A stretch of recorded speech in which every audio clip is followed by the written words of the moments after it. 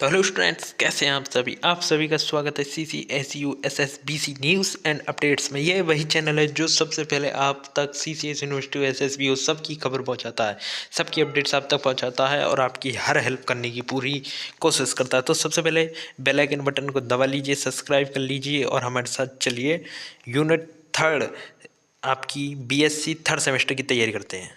चलिए स्टार्ट करते हैं। थर्ड यूनिट का नाम है आपकी का क्या नाम है बताइए। थर्ड यूनिट का नाम है आपकी, देखिए यूनिट का है पारितंत्र इकोसिस्टम। इसका पहला एमसीक्यू आता है, एक सांप जो उस मेंढक को खाता है जिसने एक पौधे पर पलक उठाया। प्रथम स्तर का उत्पादक, दूसरे स्तर का उत्पादक या प्रथम स्तर का उपभोक्ता या तीसरे स्तर का उपभोक्ता बताइए स्टूडेंट। तो ऑप्शन डी, तीसरे स्तर का उपभोक्ता, ठीक है ना।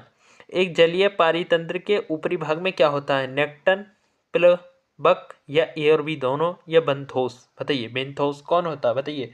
तो ऑप्शन सी, नेक्टन प्लबक दोनों होते हैं।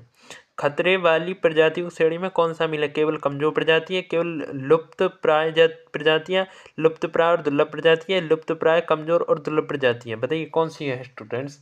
तो वह हैं आपकी स्टूडेंट्स ऑप्शन डी, लुप्त प्राय कमजोर और दुर्लभ प्रजाति, ठीक है। खाद्य श्रृंखला के संबंध में कौन सा कथन सही है, निम्नलिखित को पढ़िए और बताइए जल्दी से पढ़िए। देखिए खाद्य श्रृंखला प्रत्येक घटक पर एक पोषक स्तर का निर्माण करता है। विभिन्न खाद्य श्रृंखला बीच अंतर संबंध के खाद्य जाल के रूप में जाना जाता है। ऊर्जा प्रभाव समझने पोषण संबंधी संबंधों द्वारा गठित सभी श्रृंखला उपयोग किया जाता है। तो option D is the right हो जाएगा। एक पारिस्थितिक तंत्र में ऊर्जा प्रवाह हमेशा खालिस्तान होता है, एक दिशा में, दोनों दिशाओं में, किसी भी दिशा में या हमेशा नीचे और बताइए पारितंत्र में ऊर्जा प्रवाह प्रवाह का हमेशा किस दिशा में होता है बताइए स्टूडेंट। तो वह होता है आपकी एक दिशा में, ठीक है। एक पारितंत्र के अजैविक घटक हैं फफूंद, पेड़, मृत जीव, जीवाणु, सौर प्रकाश, हवा, मृदा, चट्टान, जल। इनमें से कोई नहीं बताइए कौन है, ठीक है स्टूडेंट जल्दी कमेंट करके आंसर बताइए। तो वह है आपका स्टूडेंट सौर प्रकाश, हवा, मृदा, चट्टान, जल, ठीक है। पारितंत्र में भोजन की गुणवत्ता को प्रभावित करने वाले कारक हैं मानवीय क्रिया, चराई व विषाक्तता, अपघटन या जल चक्र बताइए कौन है स्टूडेंट। वो है आपकी मानवीय क्रिया। भूमि क्षरणक को रोका जा सकता है पक्षियों की संख्या में वृद्धि करके, अधिक चारागाह के प्रयोग से, वनस्पति को हटाकर या वनीकरण द्वारा बताइए स्टूडेंट्स। तो वह है आपका ऑप्शन डी, वनीकरण द्वारा, ठीक है।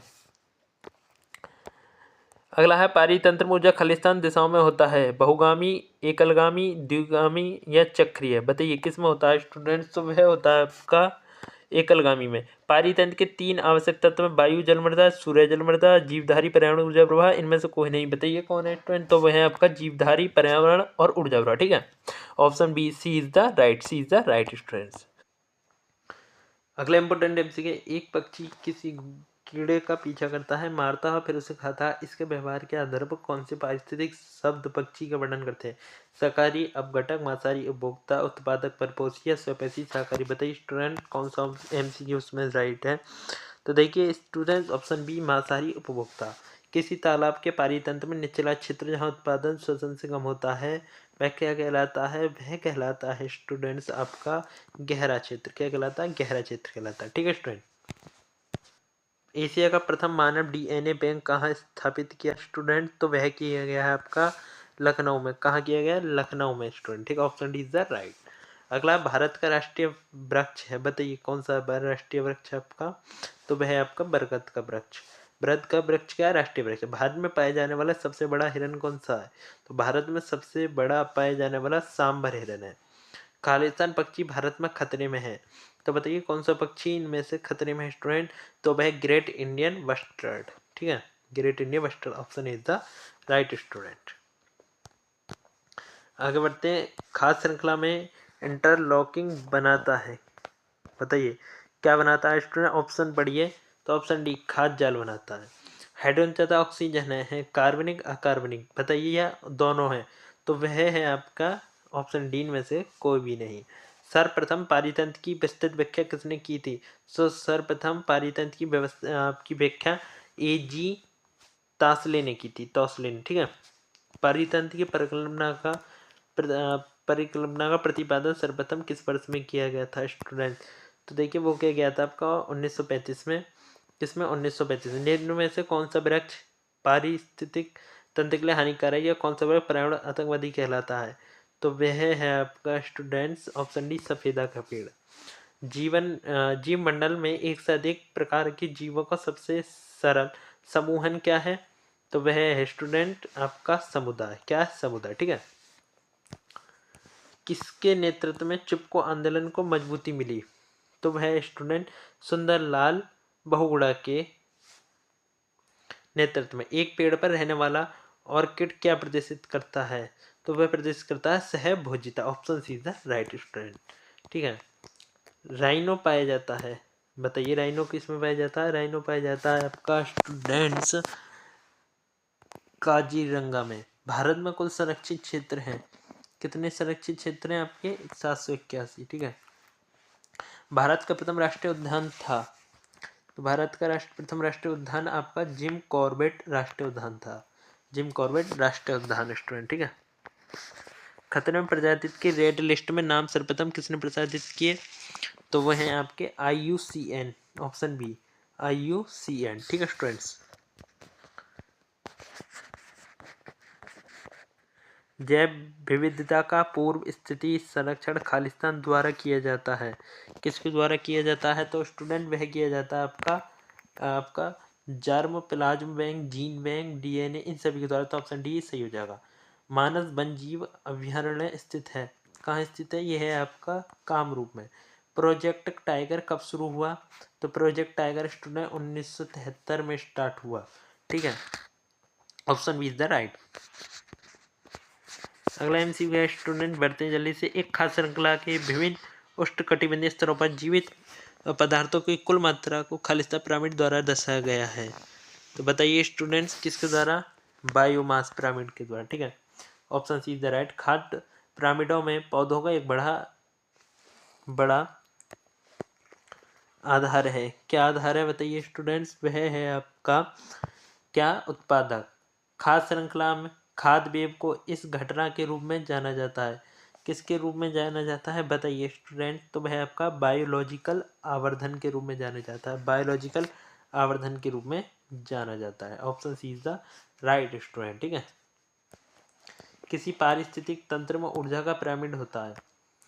किसी पारिस्थितिक तंत्र में ऊर्जा का पिरामिड होता है, बताइए स्टूडेंट? वह है आपका बायो, सॉरी यहाँ गलत लग गया, ये हमेशा अपराइट। किसी पारिस्थितिक तंत्र में ऊर्जा पिरामिड होता है हमेशा अपराइट।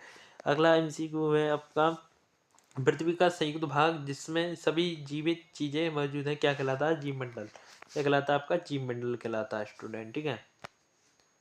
BAM क्या है? BAM क्या है स्टूडेंट्स? BAM क्या है आपका? मैन तथा बायोस्फीयर। क्या आपका?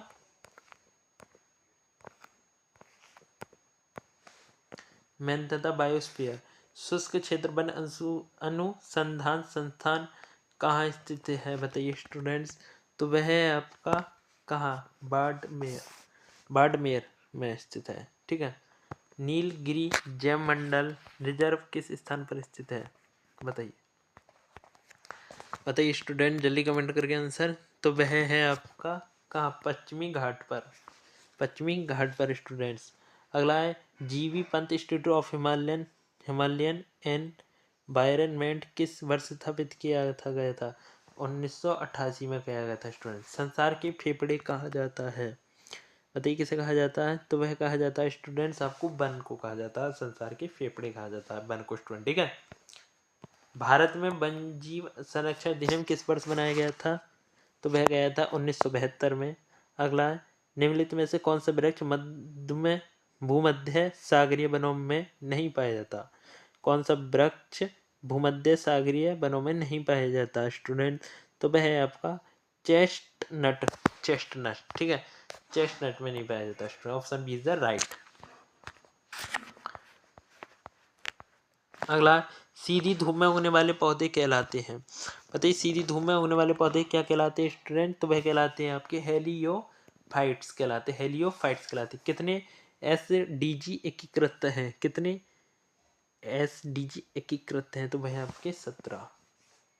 जो जीव केवल पौधों को खाता है उसे क्या कहते हैं हम? उसे कहते हैं हम शाकाहारी। क्या कहते हैं? शाकाहारी स्टूडेंट। ठीक है। जीव मंडल में कार्बन कैसे संग्रहित होता है? तो ऑप्शन डी, उपयुक्त सभी। वह जीव जो अपना भोजन स्वयं नहीं बना सकता वह परपोषी कहलाता है स्टूडेंट। ठीक है, एक विशेष प्रजाति के सभी सदस्य जो एक क्षेत्र में रहते हैं क्या कहलाते हैं? वे स्टूडेंट्स वह कहलाते हैं आपके जनसंख्या कहलाते हैं। ठीक है,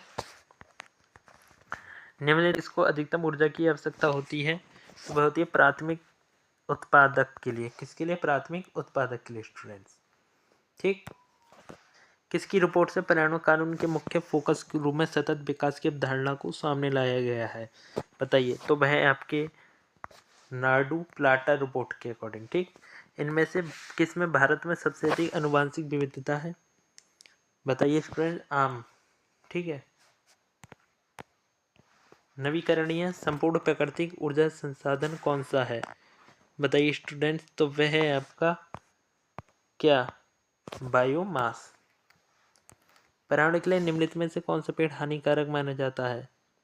बताइए स्टूडेंट, कौन सा माना जाता है? Option A, eucalyptus. किस राज्य को जैविक राज्य घोषित किया गया है? सिक्किम को स्टूडेंट। किसे? सिक्किम को किया गया स्टूडेंट। आई होप आप सभी को एमसी को समझ आएंगे। वीडियो अच्छी लगे लाइक करें, शेयर करें और चैनल को सब्सक्राइब कर दें। धन्यवाद स्टूडेंट्स।